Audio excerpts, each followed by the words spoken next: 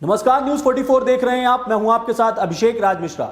दिल्ली में चल रही बीजेपी की कार्यकारिणी बैठक का आज दूसरा दिन है। पहले दिन यानी सोमवार को सबसे ज्यादा चर्चा गुजरात में पार्टी की जीत के फॉर्मूले की रही है। इसी मॉडल को कर्नाटक में आगे बढ़ाया जाएगा। कर्नाटक में मई तक चुनाव होना है।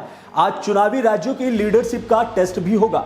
उन्हें अपनी जीत का रोड मैप और इसके लिए क्या क्या तैयारियां की हैं ये बताना होगा। पहले दिन का दूसरा अहम मुद्दा विपक्ष के बीजेपी और पीएम मोदी के खिलाफ निगेटिव कैंपेन चलाने और अभद्र भाषा का इस्तेमाल कर रहा है। पेगासस, नोटबंदी, ईडी, मनी लॉन्ड्रिंग, राफेल और सेंट्रल विस्टा प्रोजेक्ट जैसे मुद्दों पर विपक्ष के हमलावर रवैये से कानूनी तरीके से निपटने की भी तारीफ की गई। इससे सबक निकला कि विपक्ष के दबाव में न आकर पूरी ताकत से निपटना है।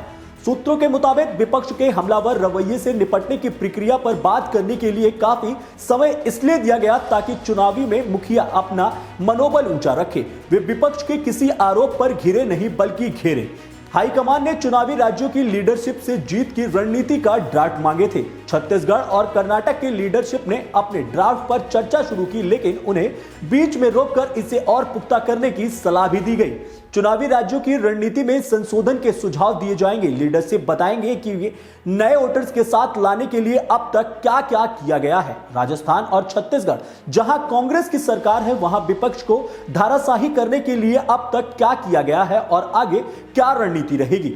दक्षिण का द्वार कर्नाटक बेहद अहम है, लिहाजा उसे बचाने नहीं बल्कि उसे गुजरात की तरह दक्षिण का मॉडल बनाने के लिए क्या किया जाए। सबसे अहम एक सवाल राज्यों की लीडरशिप से पूछा जाएगा कि अगर आज चुनाव हो जाए तो वे खुद को कहां खड़ा पाएंगे। वे खुद को जितनी सीट देंगे उसका तर्क उन्हें बताना होगा। आरएसएस और उससे जुड़े संगठनों की मदद कैसे ली जा सकती है, इस पर भी विचार होगा। गुजरात में गैंगरेप विक्टिम बिल्किस बानो के दोषियों की रिहा करने के फैसले चुनावी मुद्दा बना है। माना गया है कि इसे ध्रुवीकरण हुआ और हिंदू वोटर एक तरफ हो गए।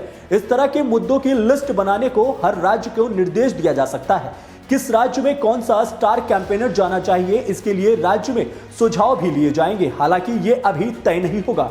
सुझाव पर मंथन और हाईकमान की राय के बाद फैसला लिया जाएगा। 2018 में चुनाव में गुजरात बीजेपी के हाथ से फिसलता फिसलता बच गया। पार्टी को 182 में से 101 सीटें मिली थी। 2022 में ऐसा न हो सके, इसलिए गृह मंत्री अमित शाह, प्रधानमंत्री नरेंद्र मोदी और राष्ट्रीय अध्यक्ष जेपी नड्डा के अलावा केंद्रीय मंत्री लगातार राज्य में रैलियां कर रहे थे।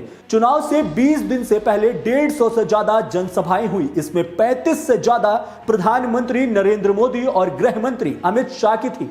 इसी दौरान बिल्किस केस के दोषियों की रिहाई जैसे फैसले हुए। सूत्रों के मुताबिक अगस्त से पहले हुई रैली और जनसभा से मिले फीडबैक ने जीत की उम्मीदें जताई थी, लेकिन रिकॉर्ड जीत के लिए किसी करिश्मे की जरूरत थी। दोषियों की रिहा के फैसले ने वही काम किया। गुजरात में पार्टी ने 156 सीटों के साथ जीत का नया रिकॉर्ड बना दिया। इससे पहले कांग्रेस ने 1985 में माधव सिंह सोलंकी की अगुवाई में 149 विधानसभा सीटें जीती थी।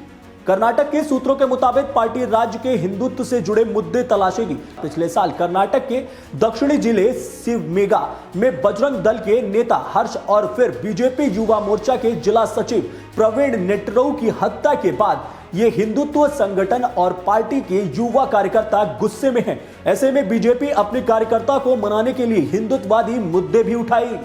केंद्रीय मंत्री बीएल संतोष आरएसएस बैकग्राउंड के हैं। उन्हें कर्नाटक में चुनाव प्रचार का जिम्मा दिया जा सकता है। राज्य में पार्टी के मुताबिक नेता रहे जी जनार्दन रेड्डी भी बड़ी चुनौती है। उन्हें नई पार्टी कल्याण राज प्रगति पक्ष बना ली है और चुनाव लड़ने का ऐलान भी कर दिया है। कार्यकारिणी बैठक में 2023 में 9 राज्यों में होने वाले विधानसभा चुनाव और 2024 के लोकसभा चुनाव के लिए तैयारी पर मंथन चल रहा है। पार्टी नेता शिवशंकर प्रसाद के मुताबिक बैठक में प्रधानमंत्री नरेंद्र मोदी ने कमजोर बूथों की पहचान कर उस पर मजबूती से काम करने के लिए कहा है।